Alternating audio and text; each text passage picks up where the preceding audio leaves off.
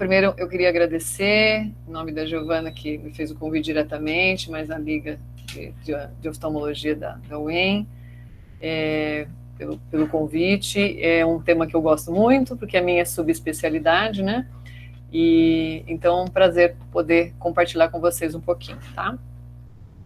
Quando a gente fala de estrabismo, né? Se a gente começar simplesmente vamos falar de estrabismo, olho torto, para cima, para baixo, enfim. Eu acho que a primeira coisa, principalmente vocês como acadêmicos, que precisam entender um pouco sobre o estrabismo, sobre o olho, sobre os músculos, quer dizer, para a gente entender, quando chegar lá a falar de estrabismo, você já tem toda a base, que nem quando vocês estudam anatomia e tudo mais do corpo humano, para depois vocês entenderem as doenças. Então, vamos começar falando sobre a órbita, né? A órbita, que é essa cavidade óssea que encerra são vários ossos, são 7 ossos, em que está o globo ocular e os músculos. Então, a gente sabe que na parede superior, a gente tem aqui em azul o osso frontal, o osso esfenoide. Na parede medial, a gente tem o etimoide, o esfenoide, o lacrimal e um pedaço do frontal. A parede inferior, o assoalho da órbita, você tem a maxila, o zigomático e o palatino. E a parede lateral, você tem o processo frontal do zigomático e a asa maior do esfenoide. Isso é super importante em estrabismo, porque quando você tem um estrabismo, por exemplo, traumático, né, com fraturas e tudo mais, a gente precisa entender e saber quais são os ossos que tem e qual músculo que provavelmente esteja comprometido. Por exemplo, a gente tem aquela fratura em blowout, que é uma fratura da face, onde o assoalho da órbita ele é fraturado. Então, o reto inferior que está aqui, ele muitas vezes é aprisionado no seio maxilar. E aí você vai ter todo o estrabismo característico disso. Você pode ter o síndrome o ápice da órbita, que é exatamente você ter uma trombose ou você ter um hematoma nessa região. E aí você tem que saber todos os músculos que estão saindo dessa região e também os nervos e os vasos sanguíneos, porque nisso você vai ter todo um quadro clínico que é característico de lesão dessa região, tá bom? Bom, conteúdo orbitário, então o que a gente tem? A gente tem o globo ocular, né? Mais ou menos a gente tem 4 centímetros aqui na parte anterior, é como se fosse um triângulo invertido. Você tem 6 centímetros cúbicos o volume do globo ocular, né? E aí você tem aqui o nervo óptico e depois os músculos que nós vamos conversar. Aqui a gente vê os seios paranasais, né? Por exemplo, uma sinusite bem importante, ela pode dar uma celulite orbitária, que é um quadro infeccioso em que ela pode ser pré-septal ou pós-septal. Então, pré-septal é menos grave, ela pega só a parte da pálpebra, mas se ela for pós-septal, ela pega essa região e é risco de vida, né? Recentemente eu peguei uma paciente que ficou internada aí na HU durante um tempão, que ela teve uma sinusite não diagnosticada, tratada inadequadamente, e ela acabou tendo uma infecção bem grave, né, com congelamento do olho, os músculos ficam todos paralisados, ela podia ter perdido o olho e até a vida, né? O conteúdo orbitário, então, o bulbo ocular, né, que compreende o globo praticamente, é 1/5 do conteúdo orbitário. Aí você tem os músculos extraoculares, que nós vamos ver direitinho, são 6 músculos para cada olho, a gordura orbitária e os vasos. Os vasos a gente tem as artérias musculares, cada músculo reto, então a gente tem o reto superior, inferior, lateral e medial, são 4 retos, todos eles têm 2 artérias, exceto o reto lateral, que tem uma artéria só, tá? Isso até é pergunta de residência, né? Dos músculos extraoculares, qual o único músculo que tem somente uma artéria? O reto lateral.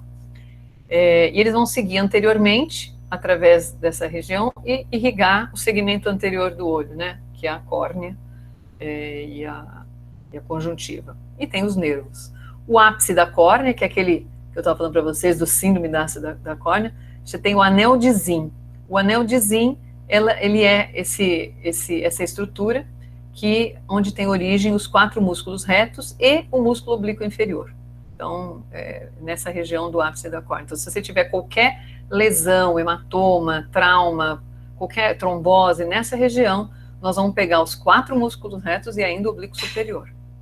E a parte inferior da medial da órbita, onde a gente tem a origem do músculo oblíquo inferior. Então, os músculos oculomotores, esse é simples da gente decorar, porque ele faz sentido, né? Você tem o reto superior, o reto inferior, o medial e o lateral, né? Onde eles estão localizados. Aí a gente tem o oblíquo inferior e o oblíquo superior. A gente sabe que a inervação dos músculos oculomotores, elas têm 3 nervos. O terceiro, o quarto e o sexto. O mais importante é o terceiro, porque ele inerva todos os músculos, exceto o reto lateral, que é o sexto nervo, e o reto e o oblíquo superior, que é o quarto nervo. Então, se você tiver uma paralisia do terceiro nervo craniano, você vai ter somente o sexto e o quarto funcionando. Portanto, o sexto inerva o reto lateral, você vai ter o olho para fora, divergente, e o quarto nervo puxa o olho para baixo, que é o oblíquo superior. Então, você tem uma paralisia oculomotora, onde o olho está para fora e para baixo, você já sabe que é o terceiro nervo, né? Junto com o terceiro nervo, você tem o músculo que é constritor da pupila. Então, geralmente, com o terceiro nervo, a gente também tem uma midríase. E os movimentos, como que os músculos agem, né? Você tem os movimentos de adução e abdução, e supraversão e infraversão. Então, adução é para o lado medial, abdução para fora, supradução é elevação do olho, infradução seria olho para baixo, e tem os movimentos em ciclodução, ou seja, o movimento torsional. Imagina você inclinando a cabeça, quando a gente inclina a cabeça, o olho, ele se torce, né? Para manter a imagem reta, senão a gente viria tudo virado, né? Girado. Isso aqui são imagens quando a gente pode ver. A gente não usa muito imagem em estrabismo e oftalmologia, na verdade, mas uma das poucas coisas que a gente usa, às vezes, é realmente para ver a musculatura. Então, aqui a gente tem uma tomografia, né? Você vê o globo ocular, essa estrutura mais densa aqui é o cristalino, aqui a gente vê os músculos, ó, aqui é um músculo reto lateral, reto medial, aqui o nervo óptico, tá? Aqui uma ressonância. Para ver musculatura, é um pouco melhor a ressonância, você consegue ver mais detalhes, né? Aqui, por exemplo, uma tomografia, um corte, né, sagital, olha o que a gente vê. A gente tem aqui o reto superior, aqui o nervo óptico, a gente tem esse músculo aqui, que é o reto inferior. Inclusive, esse aqui é um músculo alterado. Ele está bem espesso, bem mais espesso que o normal. Esse também está um pouco espesso, mas esse mais. Ele está espesso e ele, na hora de inserir, fica mais fininho, infuso. Isso é típico da oftalmopatia tireoide. Geralmente o reto inferior é o mais acometido e esse tipo de imagem é característica. Agora, se você imagina que possa ser uma oftalmopatia tireoide, você tem que pedir esse corte para o radiologista. Você precisa de um corte sagital para a gente ver essa imagem, senão a gente não vê, né? E essa imagem não dá para ver. Aqui os músculos também, nesse corte coronal, né? Aqui é o nervo óptico, reto superior, reto inferior, medial e lateral. Então, como eu disse para vocês, aqui a alteração orbitária, esse músculo aqui, reto inferior, oftalmopatia tireoide, né? Uma fratura, lembra que eu falei a fratura de blowout? Olha, essa aqui está íntegra, tá? O osso aqui mais denso, olha essa daqui, ela é interrompido. E todo o conteúdo orbitário, ou parte dele, né, está entrando aqui no seio. Então aqui a gente tem gordura, aqui aparentemente não pegou o reto inferior, mas pode ser que o reto inferior às vezes ele está aprisionado. Então, se o reto inferior está aprisionado, é uma urgência, né? Você precisa reconstruir. Geralmente os bucomaxilos é que fazem isso. Eles entram e fazem uma reconstrução, colocam o conteúdo de volta para a órbita, colocam uma tela aqui, e aí pode acontecer de ficar aderência, um estrabismo. É bem comum o paciente ficar com diplopia, com estrabismo por causa desse aprisionamento. Aqui um hemangioma cavernoso, ó, que sangrou, olha aqui, imagem. Isso aqui é uma urgência também, porque esse sangramento pode comprimir o nervo e levar a uma atrofia do nervo óptico. As ações musculares, então, basicamente o reto medial, ele faz a adução do olho, tá? Esse movimento aqui para dentro. A paciente, uma paciente minha, ela tem inclusive um estrabismo convergente, né? Mas esse movimento, ó, o reto medial, ele puxa para dentro. Então aqui a gente vê esse reto medial e aqui, olhando para a esquerda, a gente vê esse reto medial. O reto lateral faz a abdução, exatamente o movimento, né, ao contrário. Então aqui o olho está indo para lá e aqui está um pouquinho de limitação, né? O olho não está indo bem, mas é o reto lateral. O reto superior, quando olha para cima, essa é a posição diagnóstica. A gente fala, essa aqui é o jogo da velha, né? O jogo da velha é que a gente vê aqui em posição primária do olhar. Aqui a gente vai avaliar os retos superiores, vamos ver se ele está funcionando, os dois olhos estão subindo bem. A gente vai ver o reto inferior, os dois olhos estão descendo bem. Parte do reto superior, também uma pequena porção, ele é responsável por uma adução, né, quando olha para baixo, e também por uma enciclodução, aquele movimento torsional. Mas ele é mais importante para supra e infradução. Já a musculatura oblíqua, ele mais é importante pela exciclodução e enciclodução.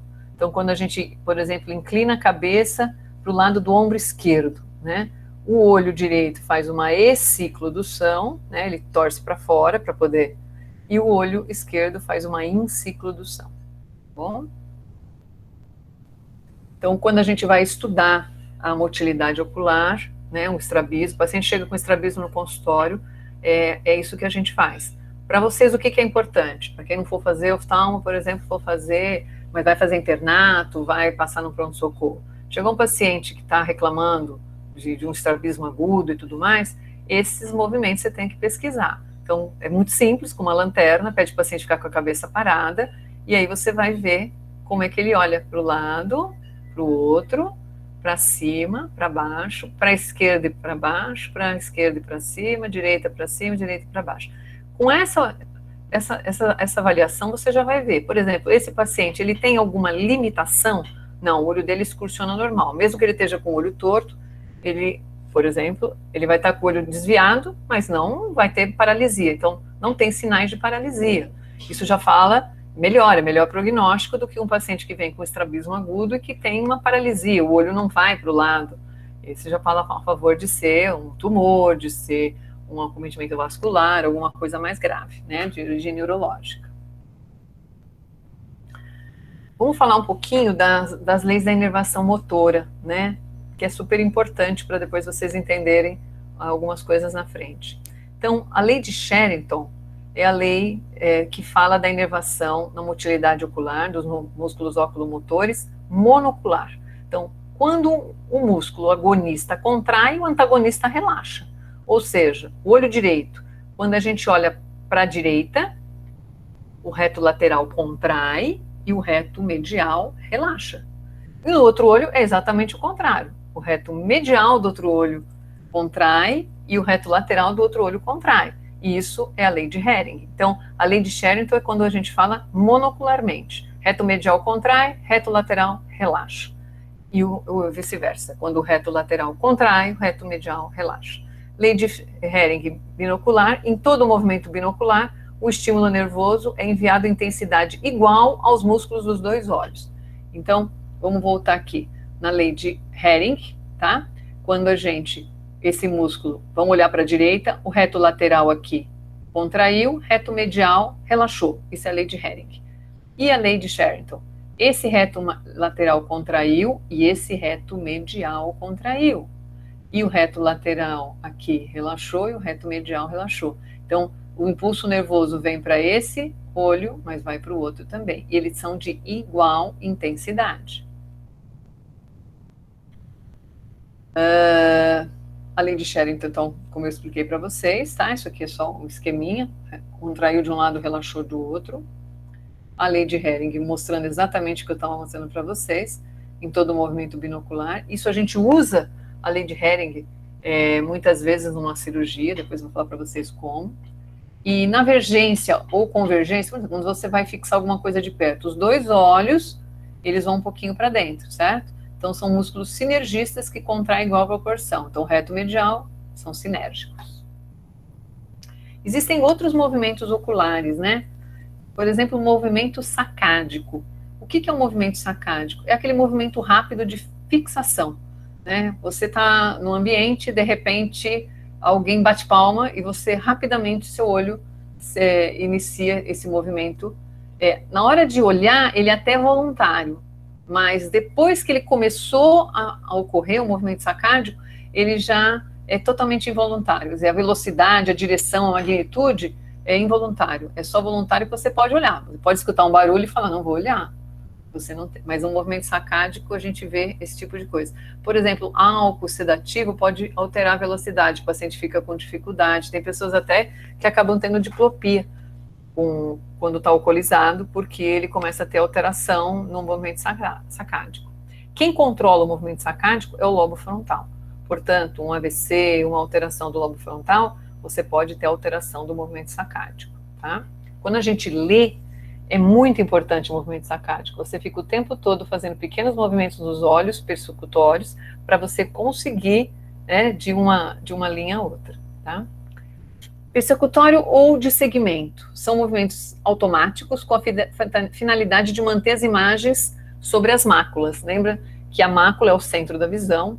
A gente normalmente, quem não tem estrabismo, vai ter fixação nas duas máculas. Tudo que a gente olha cai nas duas máculas e elas juntam as imagens. O cérebro consegue sobrepor uma imagem à outra porque são imagens correspondentes. Então, isso aqui é muito vulnerável ao cansaço, né? Quando você está cansaço, alcoolizado, ou sedativo, você fica com muito mais dificuldade. Você está com sono, né? Quando a gente está estudando para a prova, e você vai ler, daqui a pouco você já não sabe mais onde você está. Quem controla isso é o lobo parieto-occipital, do mesmo lado, tá? Então, na hora de ler, a visão não é um processo contínuo, né? Então, você começa a visão, aí você vai, o olho vai seguindo, ok?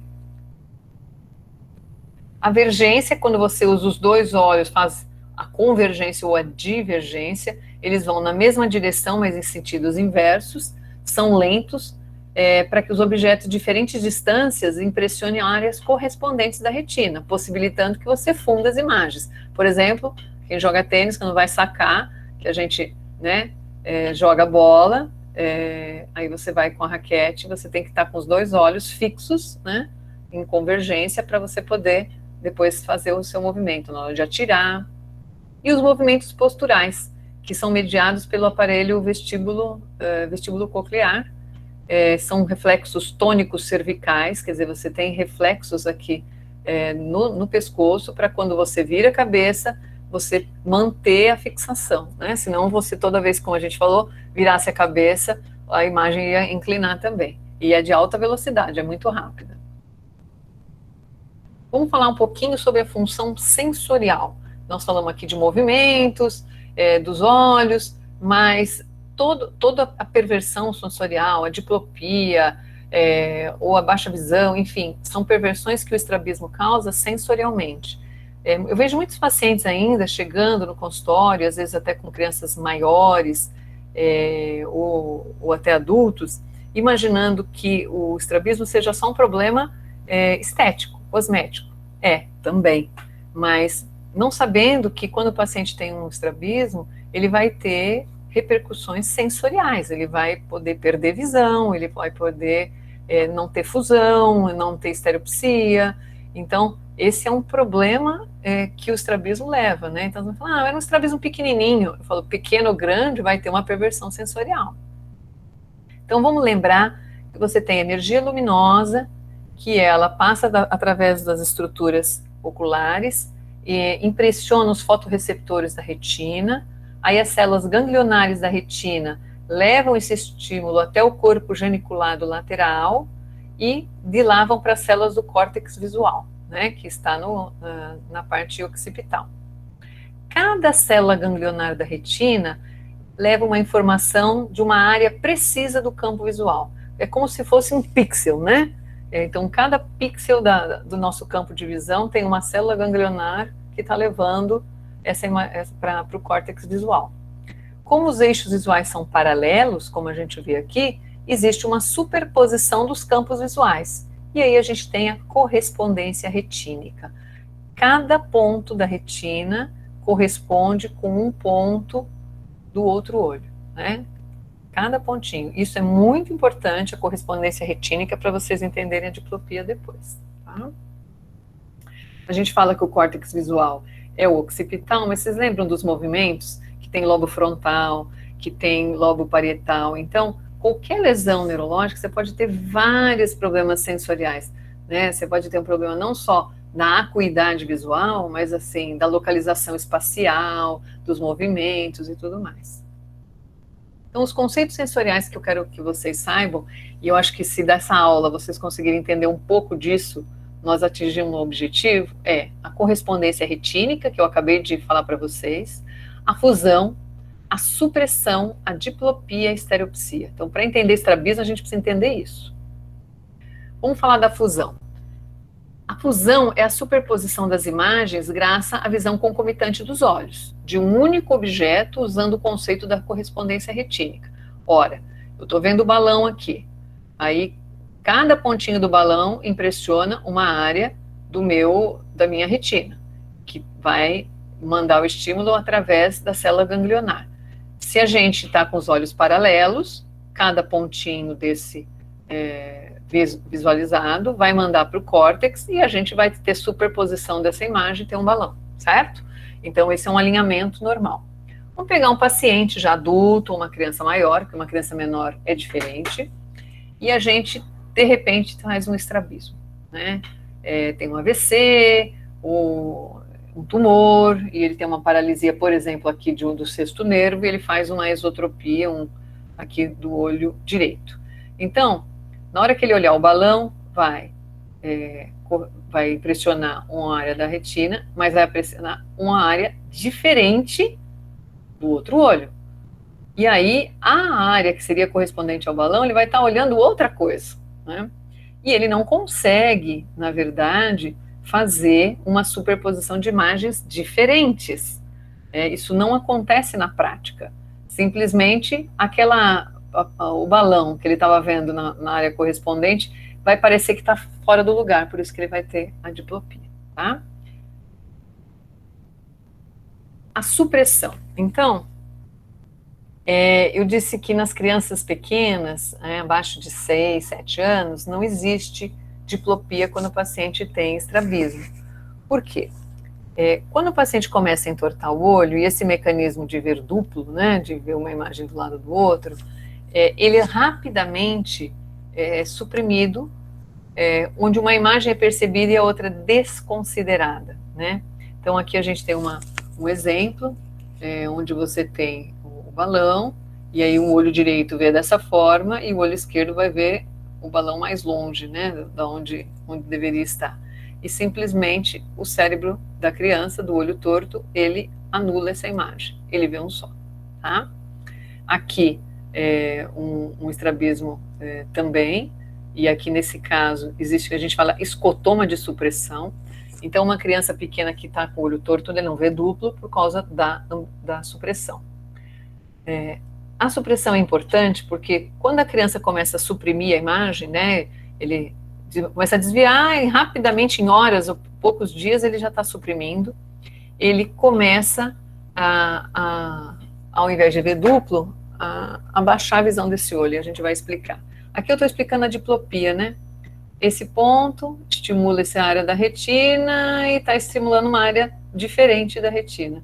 E a área que seria correspondente a essa daqui está vendo outra coisa. Então acaba que o paciente começa a achar que aquele objeto está em outro local, tá? A estereopsia. Como as imagens têm tênues diferenças entre um olho e o outro, a gente tem a superposição, mas existe um ângulo visual, a gente tem a estereopsia, né, ou a visão 3D. Então aqui ele dá um exemplo, que você tem um balão, você vê, os dois você vê o dadinho, mas aqui você vê uma área maior do A e aqui com o outro olho o B. E isso, quando põe a superposição, a gente consegue ter essa noção de profundidade, que é chamado de estereopsia. Portanto, você não tem estereopsia se você vai com o olho fechado, ou quando você não tiver boa visão. Então, assistir filme 3D, quem tem estrabismo, ou quem tem a visão muito baixa de um olho em relação ao outro por algum problema, é gastar dinheiro, ele não vai ter essa visão de profundidade, tá? E aí, ele não sabe o que está longe, o que está perto, ele não tem estereopsia nenhuma, ele tem estereopsia, mas por outros mecanismos cerebrais. Então, num filme, por exemplo, que é uma estereopsia mais fina, ele não vai ver muita diferença. E ambliopia? Esse é o conceito mais importante da aula, né? Ambliopia é a diminuição da visão produzida por um desenvolvimento anormal em idades precoces da visão, que não é atribuída direta ou exclusivamente a anomalias oculares. Então, se coexistir uma doença oftalmológica orgânica, ela sozinha não explica o déficit. Vamos dar um exemplo. Lembra que eu falei que existe a supressão? Quer dizer, o paciente tem o olho desviado e aí o cérebro manda um escotoma sobre o campo de visão daquele olho que está desviado para não ter uma confusão de imagens.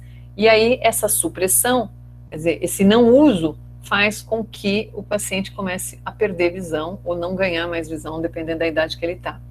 E o olho que está fixando desenvolve normal e o outro fica para trás. Isso chama-se ambliopia. No caso do estrabismo, acontece. No caso de um paciente que tem um grau muito diferente de um olho e outro, né, nasceu assim. No caso da catarata congênita, a catarata, ela vai estar atrapalhando a visão. Então, não existe... Você tira a catarata, você opera a catarata e o paciente não enxerga. Por quê? Porque, na verdade, ele desenvolveu uma ambliopia por não utilização da imagem daquele olho. Então, quando eu falo que a ambliopia é uma diminuição produzida por um desenvolvimento anormal em idades precoces, não atribuída direto ou exclusivamente, é o caso da catarata, porque a catarata baixa a visão. Mas você, eliminando a catarata, você recupera a visão? Não. Se você não tratar a ambliopia, não. Então, isso é muito importante. É a causa mais frequente de perda visual em crianças e jovens. Tá? A incidência de ambliopia nos Estados Unidos é de 2 a 2,5% da população. A gente não tem muita estatística no Brasil, mas veja, cada 100 crianças, 2 ou 3 são amblíopes. Isso é bastante gente. A patogenia, então, a privação visual no período crítico principalmente de 0 a 6 anos de idade. A catarata congênita, 1 em cada 250 nascidos vivos.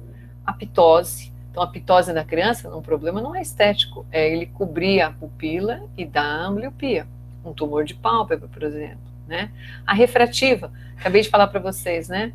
A binocular, a criança nasceu com uma alta hipermetropia, isso é comum, não é raro. E como é que a gente percebe? A criança sempre foi assim, a gente só vai perceber muitas vezes mais para frente.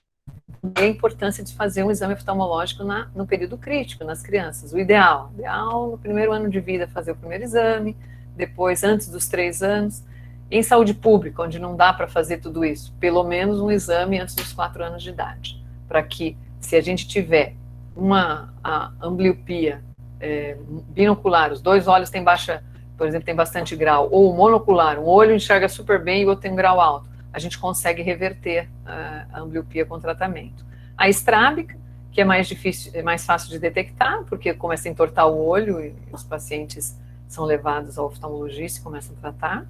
E a gente tem que entender que a ambliopia é uma alteração do corpo geniculado lateral. Então, não é uma alteração ocular, é uma alteração no nível central, né? Existe uma atrofia há mais de 30 anos, Rubel e Wiesel, 2 fisiologistas, eles descobriram que no caso da ambliopia existia uma alteração do corpo geniculado. Eles fizeram uma experiência com gatos, os gatos, quando nasciam, eram suturados a pálpebra de um dos olhos, e o outro era deixado aberto, e depois esses gatos eram sacrificados e eram feitos cortes histológicos do olho até o cérebro. E descobriram que existia naquele olho, daquele lado, onde existia a sutura da pálpebra, que tinha ambliopia, né, existia uma atrofia do corpo geniculado lateral. Então, aqui a gente fala que o período crítico é o período pós-natal, depois que nasceu, em que o córtex visual é suficientemente lábil para adaptar-se a determinadas influências, podendo adquirir mecanismos viciosos, por exemplo, a gente falou a supressão, né, de processamento visual ou até recuperação desse. Durante a fase do período crítico, a recuperação é rápida e eficaz. Quanto mais cedo, mais rápida e mais eficaz. E a lesão que a gente falou. Esse aqui é um gráfico da evolução da acuidade visual, tá? Existe um aparelhinho, depois eu vou mostrar para vocês, na verdade, um equipamento que a gente faz a medida da visão nas crianças abaixo de 3 anos, onde a gente não consegue informar a visão com figuras, letras. Então, a gente tem o Teller e a gente vê que, ao nascimento, a acuidade visual, esse pontilhado é o limite inferior e superior quando a gente testa os olhos separadamente. E esse daqui, que é essa linha contínua, limite inferior e superior quando a gente testa os olhos juntos, tá? Olha ao nascimento, 0 a 36 meses aqui, né? Olha ao nascimento qual que é a visão. Aos 6 meses, olha a evolução dessa visão, quase 50% da capacidade visual nos primeiros 6 meses, e depois a gente vai aumentando até chegar aos 3 anos. A gente sabe que até os 6 anos é chamado período crítico. Antigamente se achava que depois dos 6, 7 anos, que não existia nunca recuperação visual, existia uma atrofia total. Na verdade, os estudos mais recentes, com histoquímica e tudo mais, têm mostrado que existe sim alguma recuperação para o resto da vida. Só que para a gente conseguir isso é muito mais difícil. Se percebia em pacientes que perdiam o olho bom, tinha um olho amblíope, um olho que tinha baixa visão, e o paciente perdia a visão do olho bom e ficava só com o olho amblíope. E esse paciente recuperava 1, 2 linhas de visão. Claro que não é uma recuperação grande como existe no período crítico, mas existe alguma labilidade para o resto da vida. Quais são os fatores de risco de ambliopia? Então, a prematuridade, o baixo peso ao nascer, problemas na gravidez ou no parto, antecedentes familiares, ter alguém com estrabismo, que tem grau alto, atraso do desenvolvimento neuropsicomotor, fatores ambientais como a mãe tabagista ou etilista e síndromes genéticas. Então, eu disse para vocês que toda criança deveria fazer um exame, né, por volta dos 3 anos de idade, antes dos 4 pelo menos. Essas crianças que têm algum desses fatores, essas têm que ser encaminhadas mais cedo, tá certo? Porque tem um fator de risco maior. O mecanismo, então, no estrabismo é a supressão. Então, o olho entorta, a imagem é considerada, existe um escotoma de supressão do outro lado. No erro refrativo, por exemplo, uma alta hipermetropia, um alto astigmatismo, uma alta miopia, é a distorção da imagem. Quer dizer, a imagem chega na mácula da mesma forma, mas ela chega muito distorcida. E aí existe também uma supressão, tá? Então, o estrabismo a gente já falou, a metropias. Qual tipo de grau que dá esse tipo de ambliopia? Miopias acima de 10 graus, e tem criança com miopia acima de 10? Várias. Hipermetropia acima de 6. As crianças, de uma forma geral, nascem hipermétropes, é normal, mas hipermetropias acima de 6, elas precisam ser corrigidas, e astigmatismo acima de 3. Outra coisa super importante que eu falei para vocês é as anisometropias, as diferenças de grau. Acima de 1 grau de anisometropia, entre um olho e outro, já é suficiente para causar ambliopia. E isso é muito comum, né? De 2 a 3% das crianças nascem com diferenças acima de 1 grau, com anisometropia. E aí o pai só vai descobrir com 5, 6, 7 anos. Tem gente até que descobre aos 18, a hora que tampa o olho para fazer exame no Detran, que enxerga mal do outro. Então isso é importante, porque a gente tratando cedo, descobrindo isso cedo, ele tem que fazer exame, a gente consegue prescrever o óculos, usar um tampãozinho, fazer o tratamento, e a pessoa pode ter a diferença de grau, mas desenvolver a visão. E o nistagmo, principalmente quando ele é bilateral, ele leva a uma baixa visual, dependendo do tipo de nistagmo, maior ou menor. O desenvolvimento visual na infância. Então, o bebezinho recém-nascido, ele nasce com uma visão rudimentar. 20/400, né? É uma visão de praticamente luz, vultos. Aos 6 meses de idade, ele já tem um alinhamento ocular, ou seja, até os 6 meses é normal a criança entortar de vez em quando os olhos. Mas é aquela criança que nasce com o olho totalmente enterrado aqui no cantinho, né, com o olho torto, esse a gente já considera estrabismo. Mas é aquela criança que ela de vez em quando entorta o olho, quando ela olha para você, né, ela fica vesguinha, essa é normal até os 6 meses. E olha, a visão de 20/400 já passa para 20/40. Essa tabela de 20/400, 20/40, que é a tabela de Snellen, só para vocês entenderem, é tudo em pés, tá? 20 pés, 400 pés. 20/400 quer dizer uma visão que uma pessoa normal vê a 400 pés, essa pessoa vê a 20 pés, ela precisa estar mais perto para enxergar. 20/400 é mais ou menos 0,05 que a gente fala de visão, né? A gente fala 5% de visão, mas não é bem esse negócio de porcentagem, não é muito real. Mas 20 pés são 6 metros e 400 pés são 12 metros, 12 não, 120 metros. Então, uma pessoa vê a 6 metros o que a outra vê a 120. Ela vê vulto, que a gente vê a 100 metros, você vê um vulto, né? Já a 20, 40 é que ela vê a 6 metros o que a outra vê a 12, que uma pessoa normal vê a 12, né? Um ano, 20 e 100, já melhorou mais a visão, né? Na verdade, eu pus aqui até 20 e 40, e aqui 20 e 100, que é até um pouquinho pior, mas é que de 20 e 100 a 20 e 40 você tem evolução aí dos 6 meses a 1 ano, tá? E de 4 a 6 anos, tem autores que falam aos 2 anos, mas a maioria dos autores concorda que entre 4 e 6 anos é que a criança chega a 20 e 20. 20 e 20, ou 100% de visão, é que ela vê a 20 pés, o que uma pessoa normal tem que ver a 20 pés. Então, essa seria mais ou menos uma representação, para vocês terem uma ideia, do que uma criança vê com 1 mês de idade, o que ela vê na idade adulta. Né? Dos 6 meses para a idade adulta, melhora um pouquinho os detalhes, a distinção, mas ela já enxerga muito bem. E o período crítico se estende até os 10 anos, como a gente falou, mas a vida toda pode existir alguma melhora. Agora, chegamos no tema da aula, né? O estrabismo propriamente dito. Então, o que é estrabismo? Estrabismo é a perda do paralelismo ocular, né? De um olho em relação ao outro olho, tá?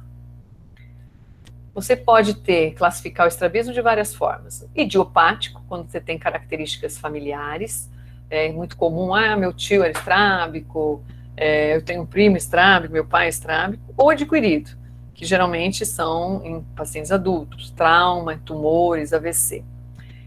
Os estrabismos idiopáticos, que têm características familiares, ou mesmo em crianças com atraso de desenvolvimento e tal, eles têm diminuído com o passar dos anos, porque hoje tem o pré-natal, as crianças são acompanhadas, né, mais cedo, e então eles têm diminuído. Em compensação, a gente está tendo maior longevidade, portanto, os estrabismos adquiridos têm tomado importância maior.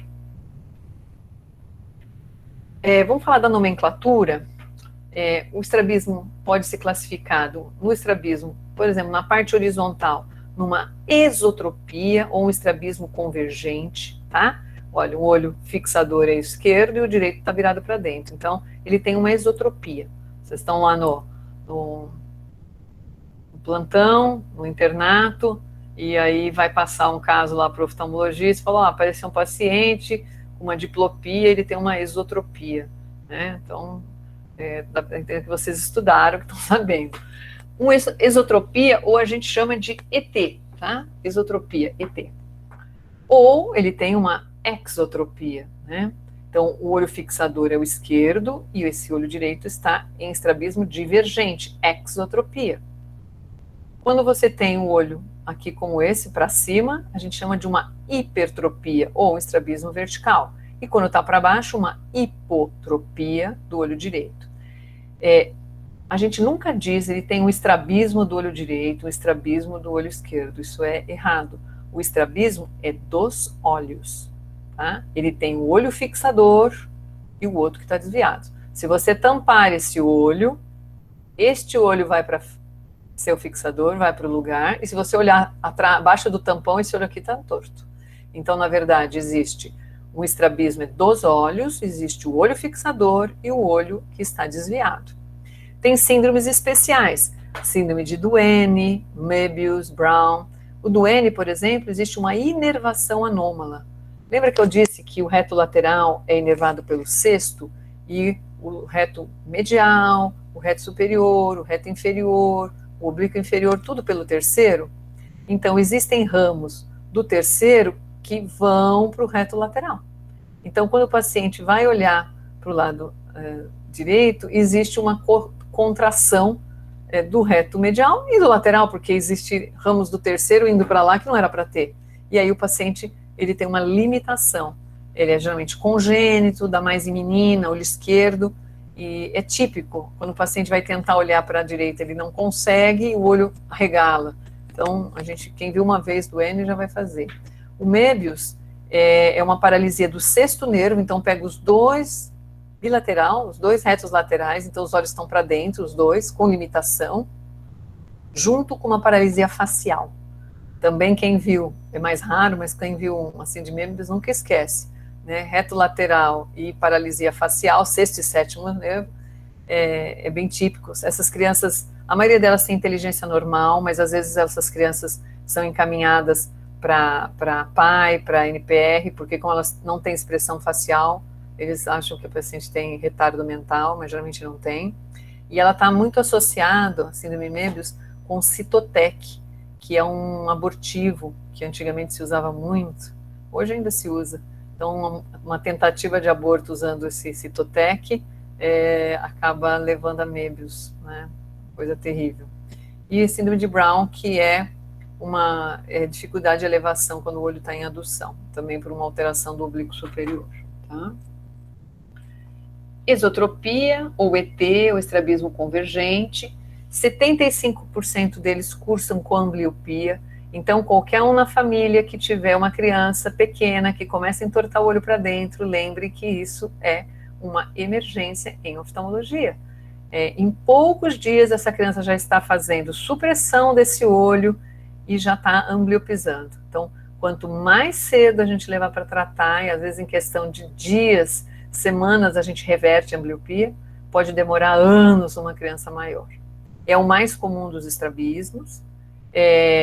Geralmente o estrabismo infantil, ele pode ser acomodativo, quando ele está relacionado ao grau, que é esse caso aqui. Se a criança tem um olho torto para dentro, você faz o exame do óculos, né, da refração, você passa o óculos para ele, olha como ele fica, o olho totalmente alinhado. Então, você tira o óculos, ele entorta, mas com o óculos ele alinha. Então, é o estrabismo chamado de acomodativo. Tem aquele parcialmente acomodativo, você põe o óculos, melhora o desvio, mas não some. E principalmente o fator de risco é ter uma alta hipermetropia. Tá? Nos adultos, o estrabismo convergente são os mais comuns, são os paralíticos, principalmente pacientes com diabetes. Geralmente diabetes dá uma paresia de reto lateral do sexto nervo, e aí o olho fica convergente. Tumores, né, principalmente o tumor de fossa posterior, e traumatismos também. Tá? Eu vou contar uma historinha rápida. Eu lembro que eu estava na residência e eu atendi R1, eu atendi uma criança com estrabismo e tal, como o R1 não sabe examinar muito estrabismo, eu fiz o que eu conseguia e fui chamar o R2. E aí estava a criança, ela tinha um olho bem torto, né, convergente, mas bem torto, era uma criança já maiorzinha, tinha uns 4, 5 anos, e aí eu peguei o caso e fui passar para o R2, né, eu disse, olha, esse aqui é o fulaninho, e um ET de 30, né, que eu tinha medido o desvio, e aí, na época, eu lembro, tinha aquele filme do ET, e a mãe ficou muito brava na hora e disse, não, só porque o menino tá zarolho, você chama ele de ET, ele não é ET, não. É uma coisa que toda vez que eu vou falar de ET, se a mãe tá junto, a gente tem que tomar cuidado. Né? Próximo é uma exotropia, ou a gente chama de XT, tá? Que é um estrabismo divergente, e tem o XT constante e tem o intermitente, que é um estrabismo bem comum. A mãe fala, olha, eu percebi que meu filho de vez em quando entorta o olho, mas eu já levei no oftalmologista e ele vai lá no exame e o médico não vê nada, fala que ele não tem desvio, que o olho dele está alinhado. Então, ele geralmente entorta o olho em algumas condições, quando ele olha de longe, quando ele está distraído, né? Então, a mãe que está acompanhando a criança, que convive, ela percebe, mas às vezes um médico generalista ou um oftalmologista geral, ele chega lá, olha, a criança joga uma luzinha, o olho está alinhado, mas não tem nada.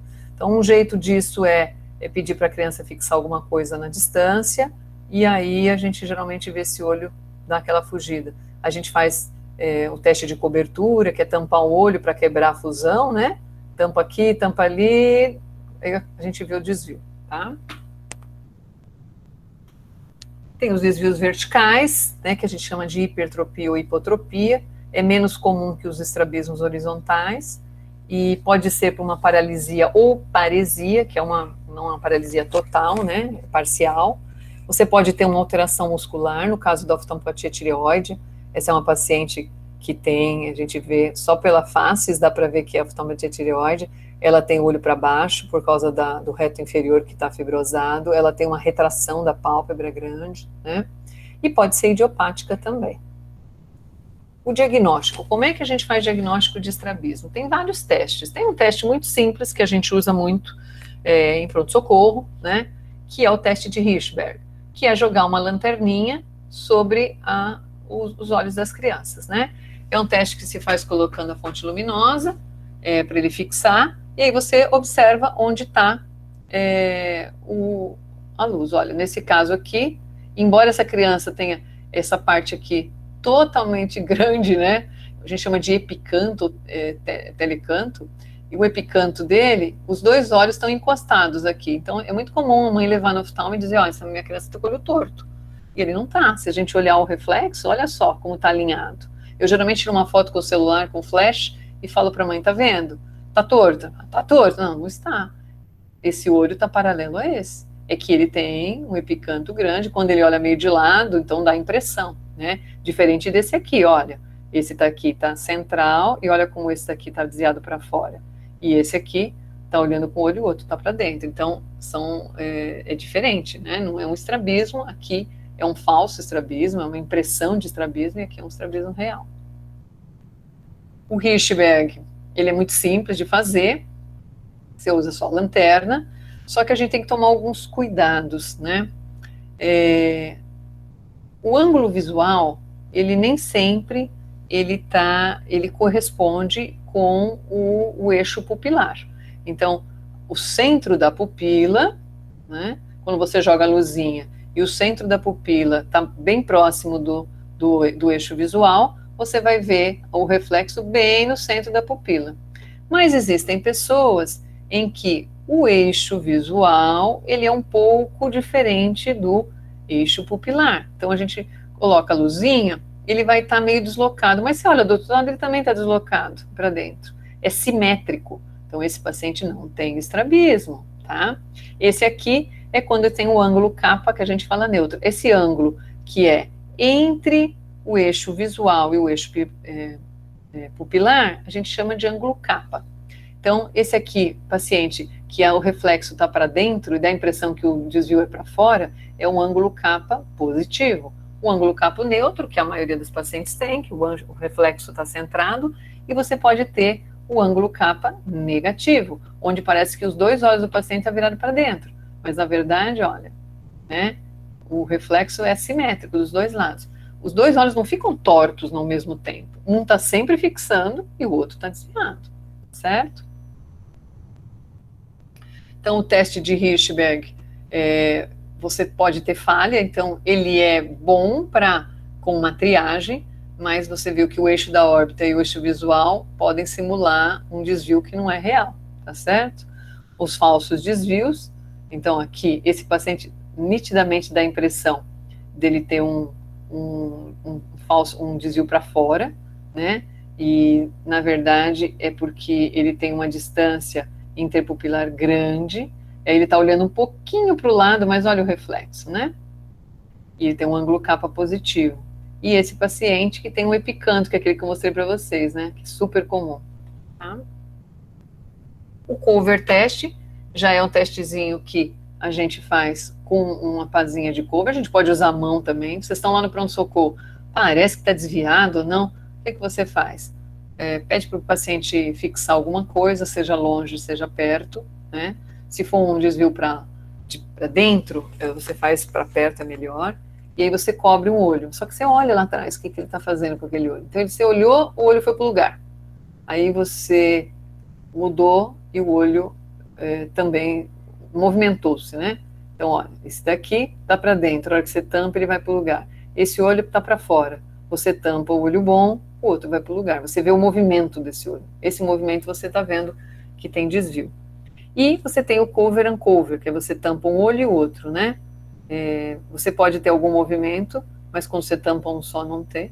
Então, você pode ter uma tendência, foria, que é uma tendência ao desvio, mas não é um desvio manifesto.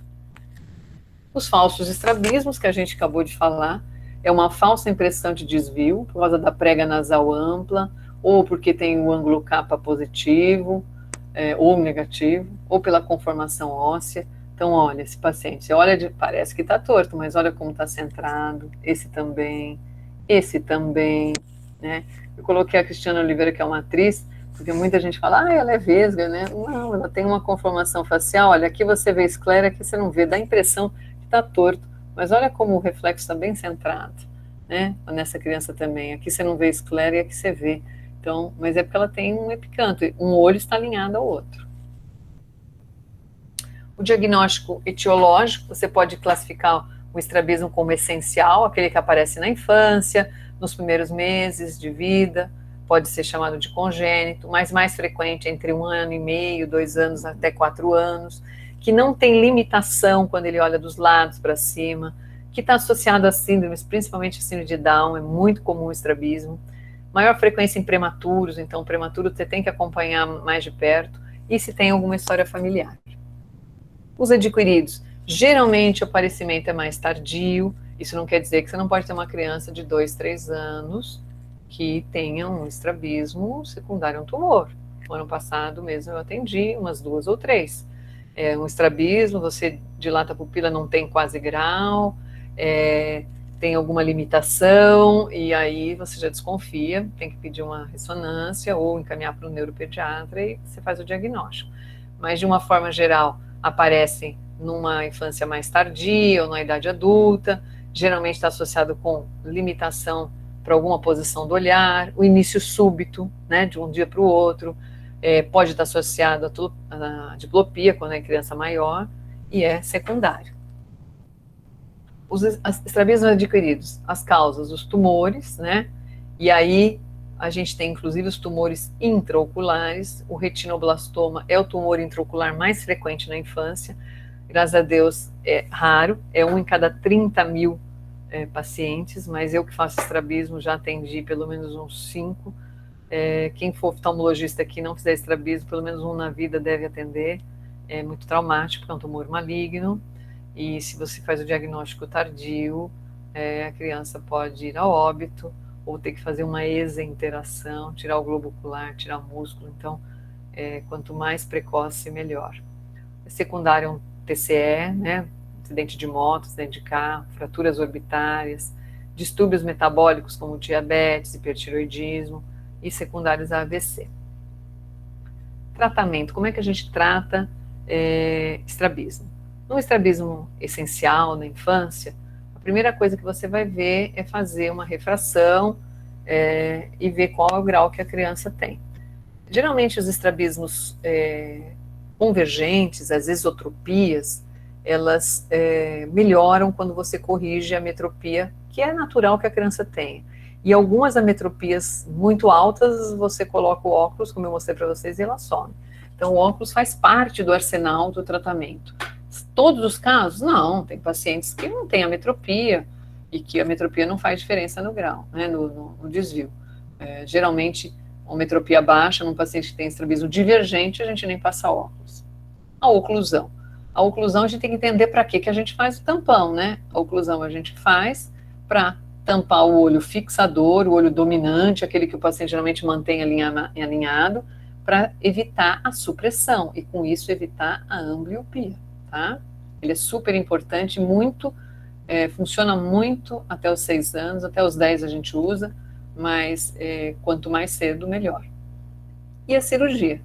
Nos casos onde você já tratou, ou com óculos ou não precisa, você tratou a visão, oclusão, ou é um adulto, você tem que alinhar os olhos. Como é que a gente faz? Embora você não tenha, nos casos que não tem paralisia e tudo mais, você muda a posição dos músculos para conseguir um alinhamento ocular, né? Então, nos estrabismos acomodativos, como eu disse para vocês, a gente colocando o óculos você resolve. Então, esse é um estrabismo acomodativo. Esse aqui não. A gente vê que o olho dela está grandinho, ela tem bastante grau, mas provavelmente sem óculos ela tem um desvio maior, né? A oclusão a gente pode fazer alternada. Ué, mas para que eu vou alternar? Ele sempre desvia esse aqui.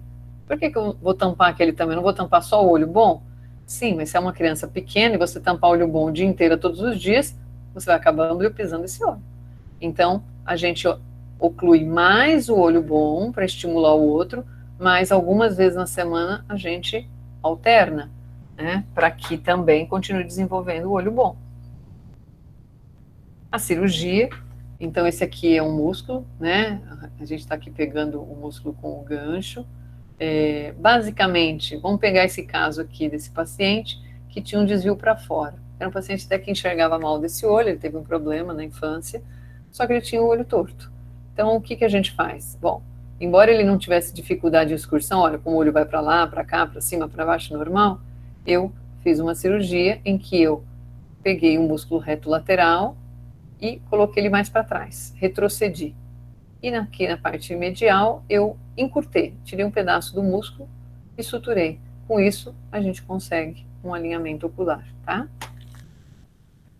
Então, os princípios da cirurgia de estrabismo é debilitar, é mais fácil debilitar do que aumentar a força, tá? Então, se você debilita, muda na posição do músculo, é o tal do retrocesso. Então, numa esotropia, você faz retrocesso do músculo reto medial. E você pode fazer, você faz só do olho que está torto ou você faz do olho fixador? Não, você pode fazer do olho fixador. Lembra daquela lei de Sherrington e Herring, né? Então, se eu tenho um paciente com o olho torto para dentro, um desvio grande, por exemplo, eu vou fazer tudo num olho só, mexer no músculo muito, retroceder demais, eu vou criar uma limitação na excursão desse olho. Então, a gente, por exemplo, no caso uma esotropia, um estrabismo convergente, eu posso pegar os dois músculos retos mediais e colocar para trás. Sempre vai ter o olho fixador. Então, ele vai fixar e, com isso, quando ele fixar com aquele olho, ele vai aumentar o influxo do reto lateral do outro olho e a gente consegue um alinhamento. A gente pode fazer, então, por exemplo, numa esotropia, o retrocesso do reto medial, uma desinserção muscular, uma síndrome de Brown, e a gente pode reforçar o músculo. Como? Encurtando ele. Lembra que eu falei que um estrabismo para dentro, você debilita o medial e resseca o lateral. Então, você aumenta a força do lateral para que ele fique mais alinhado. Você pode transpor o músculo. Numa paralisia total do reto lateral, você pode pegar metade do reto superior e do reto inferior e colocar no lugar da inserção do lateral. Você aumenta a força para que o paciente consiga pelo menos manter o músculo alinhado. Ou você pode fazer um riffing muscular, em que você, na verdade, dobra o músculo sobre ele mesmo e sutura. Isso também você aumenta a força muscular. Gostei dessa frase, eu estava mexendo na internet e achei ótimo. A sabedoria da vida não está em fazer o que se gosta, mas em gostar do que se faz, né? Porque se a gente só fizer o que gosta, a gente só vai viajar, comer chocolate, né? Agora, você arrumar alguma coisa para fazer e gostar do que você faz, aí a gente vai crescer, né? Bom, acho que basicamente é isso.